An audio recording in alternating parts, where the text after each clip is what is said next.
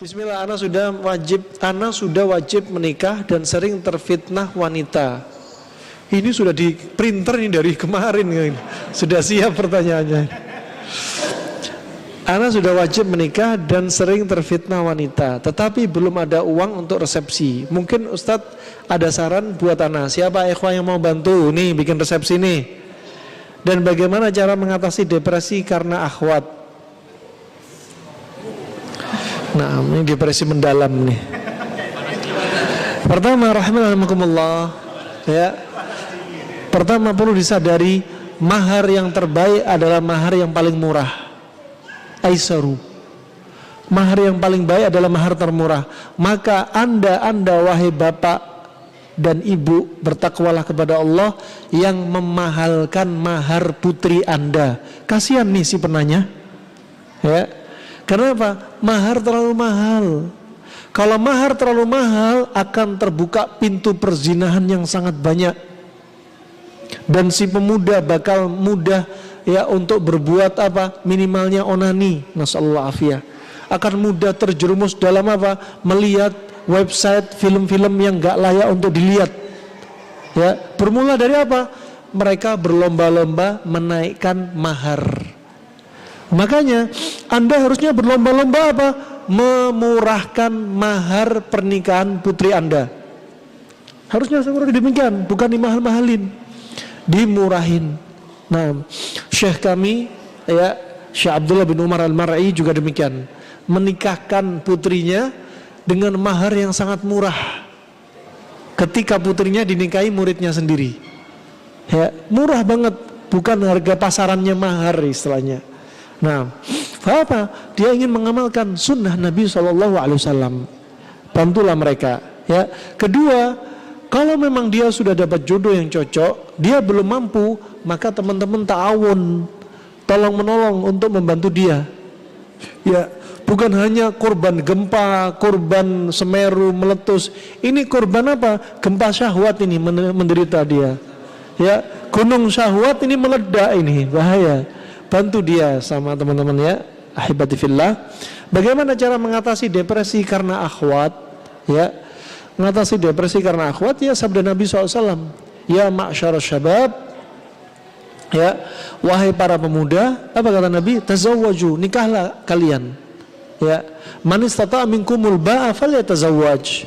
Barang siapa di antara mereka sudah punya apa? Ba'a itu kemampuan seorang laki-laki bisa mendatangi pasangannya. Demikian pula wanita. Ya, maka apa? Menikahlah dia. Fa illam tastati, kalau Anda nggak mampu apa? Nggak mampu, mungkin belum siap harta mahar, maka apa? Falyasum fa innalahu wija. Maka puasalah, karena puasa bagi dia adalah benteng, tameng. Tameng apa? Tameng bagi mata dan kemaluan dia. Dari apa? Dari api neraka. Nah, maka apa? Kalau Anda belum mampu ya diantaranya puasa sambil banyak doa, banyak sholat malam, ya, banyak zikir, banyak datangi ketaatan kepada Allah. Solusinya adalah banyak taat kepada Allah. Ya, kalau memang antum pun kerja antum mungkin ada yang nggak sampai menutupi biaya hidup sebulan, apalagi nyalengin untuk nikah. Doa sama Allah, ya, rezeki Allah. Kalau antum datangi ketaatan Allah, ya, Allah akan berikan jalan keluar untuk antum dari depresi antum, dan Allah jadikan apa? Rezeki nggak disangka-sangka, ya. Wa may yattaqillaha ja'ala lahu makhraja wa yarzuqhu min haitsu la yahtasib. Nah, itu, ya. Kemudian apa? Bukan apa? Maksa kerja demi nikah, kumpulin mahar, kerja. Salat duhur molor, salat asar molor, duhur sama asar dijamak terus biar pekerjaan lancar, ya. Nah, bukan demikian solusinya, ya. Sebagaimana disebutkan oleh para ulama, ya, aslih akhiratak aslahakallahu dunyak. Perbaikilah urusan akhiratmu, niscaya Allah akan perbaiki urusan duniamu. Untuk dapat istri yang salehah, bukan menggebu-gebu dunia untuk dapat istri salehah, tapi apa? Perbaiki akhiratmu, niscaya Allah akan perbaiki duniamu. Termasuk apa? Allah akan permudah untuk mendapatkan untuk istrimu.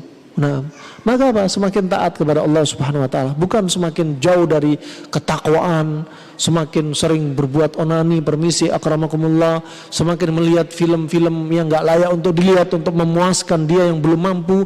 Justru ini akan menutup apa? Menjauhkan Anda dari apa? Dari rezeki Allah berupa wanita salehah. Ya, kalaupun sudah nikah gara-gara dimulai muqaddimah yang haram, ya, maka apa? Nikahnya nanti juga akan berdampak. Subhanallah, lama nggak nikah untuk melampiaskan syahwatnya onani. Akhirnya apa? Ketika sudah nikah jadi laki-laki yang letoy. Ya, nggak bisa understanding katanya. Nah, kenapa? Karena dia sendiri yang banyak berbuat maksiat. Semakin mata keliaran, semakin mata jelalatan, semakin lemah dia di atas ranjang. Semakin mengecewakan. Akhirnya apa? Bilang ke istrinya, istriku, aku mengecewakanmu. Ya, kamu minta khulu saja kepadaku, aku akan persilahkan karena aku sudah memalukan. Kenapa? Karena dia sendiri. Sebagian ulama salaf berkata, ya, aqwakum fil firash, ya, atqakum. Orang yang paling kuat di atas ranjang adalah orang yang paling bertakwa. Lihat di antara para ulama, jarang para ulama yang apa? Yang istrinya satu. Ulama salaf. Ya, jarang di antara para sahabat yang apa? Yang mereka apa? Menyendiri. Ya, kadang satu istri, kadang dua istri, kadang istri satu sudah nggak ada, nambah lagi dan seterusnya. Nggak akan dibiarkan dirinya sendiri. Dan demikian Nabi 9 istri, karena Nabi punya kekuatan lebih daripada sahabat yang lainnya. Satu malam bisa mendatangi istrinya 9. Nabi Sulaiman mendatangi istrinya 100 istri. Kenapa? Semua menunjukkan apa? Ketakwaan mereka. Semakin mereka bertakwa, urusan wanita mereka nggak main-main. Ya, betul-betul dilampiaskan kepada yang halal. Justru ini agama. Ketika ada satu agama yang melarang seseorang menikah dengan wanita, justru menyelisih fitrah. Akhirnya apa? Terjatuh dalam perzinahan. Justru orang yang melarang poligami, lihat akhirnya apa? Terjadi perzinahan. Demi Allah, kami dapati sekitar sepekan lalu ada bapak cerita. Bapak ini cerita apa? Nikah poligami terpaksa diam-diam. Kenapa? Karena tahu kondisi istrinya. Akhirnya apa? Akhirnya dia dapati dia lebih tenang. Kenapa? Karena fitnah di Jakarta sangat kuat. Dan didapati di kantor dia 40 temannya semua zina. Padahal rajin sholat, infaknya gede-gede, rajin zakat. Kalau bicara ucapannya baik, pertemanannya baik, tapi terang-terangan ke teman-temannya, gak bisa, terus terang saya harus berzina. Kenapa? Istri saya gak mengizinkan. Takut sama siapa? Takut sama istri apa takut sama Allah? Subhanallah. Ini bukan berarti apa anjuran ana untuk apa? Untuk antum apa? Poligami semua, enggak. Maksudnya sisi ibroh. Ibroh apa? Menunjukkan syariat itu apa? Harus diterima. Kemudian subhanallah, kaum wanita, puaskan betul suami Anda. Ya. Sering muncul pertanyaan di Jakarta, ya Ustadz, bagaimana caranya biar suami enggak minta poligami? Jawabannya gampang. Puaskan suami Anda, tundukkan pandangan suami Anda, ya, karena suami Anda sebenarnya memaksakan diri, ya, untuk menjalankan satu syariat yang Anda benci. Kenapa? Karena suami Anda takut dengan neraka, takut dengan zina, karena hukumnya bisa menjadi boleh, sunnah, wajib, atau bisa jadi makruh dan haram. Kalau niatnya poligami untuk mendolimi istri yang pertama, haram. Kalau niatnya poligami, ya untuk niat nggak benar, minimalnya makruh jadi haram. Kalau niatnya nggak ada apa-apa, pengen nambah gitu saja, bisa jadi boleh, bisa jadi sunnah. Kalau niatnya ingin menyelamatkan kehormatan dia, ya dia hidup di tengah fitnah, maka bisa jadi wajib. Kalau takut dalam perzinahan, hukum berubah-ubah sesuai dengan kondisi. Alhasil, pertanyaan yang sering muncul, ya, dan sama di jamaah di sini juga demikian. Ustadz, bagaimana caranya suami saya nggak nambah lagi? Bikin ibu jaga diri ibu tetap cantik. Pola makan adalah resep awet muda. Gaya hidup yang sehat resep awet muda. Bahkan bisa mengakhirkan menopause Anda. Ya, juga bisa kulit lebih kencang. Ya, nggak sakit-sakitan, cepet tua, semuanya ikut kencang. Wah, suami jadi senang.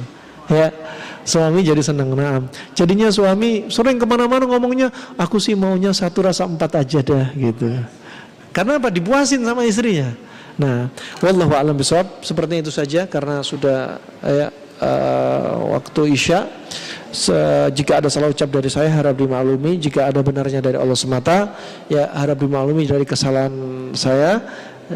Jika ada benarnya dari Allah semata, dan semoga Allah sembuhkan orang sakit di antara kita, Allah jaga kesehatan kita, semoga Allah jadikan orang-orang yang terdampak musibah dari Semeru, dari Cianjur gempa, Allah jadikan mereka orang yang sabar, yang meninggal tertimpa benda berat, bangunan, dan tertimpa tanah longsor jadikan sebagai syuhada, dan mereka yang selamat semoga Allah berikan keistiqomahan, kekuatan iman, kesabaran, dan diganti dengan yang lebih baik dari apa yang mereka rasakan, dan semoga Allah jadikan petunjuk sebaik-baik petunjuk kepada para pemimpin kita, dan semoga Allah hentikan orang yang punya makar di negeri ini, dan semoga Allah jadikan kita orang-orang yang aman di negeri kita sendiri. Amin ya rabbal alamin. Wabillahi taufiq wal hidayah. Subhanakallahumma wa bihamdika asyhadu an la ilaha illa anta astaghfiruka wa atubu ilaik. Wassalamualaikum warahmatullahi wabarakatuh.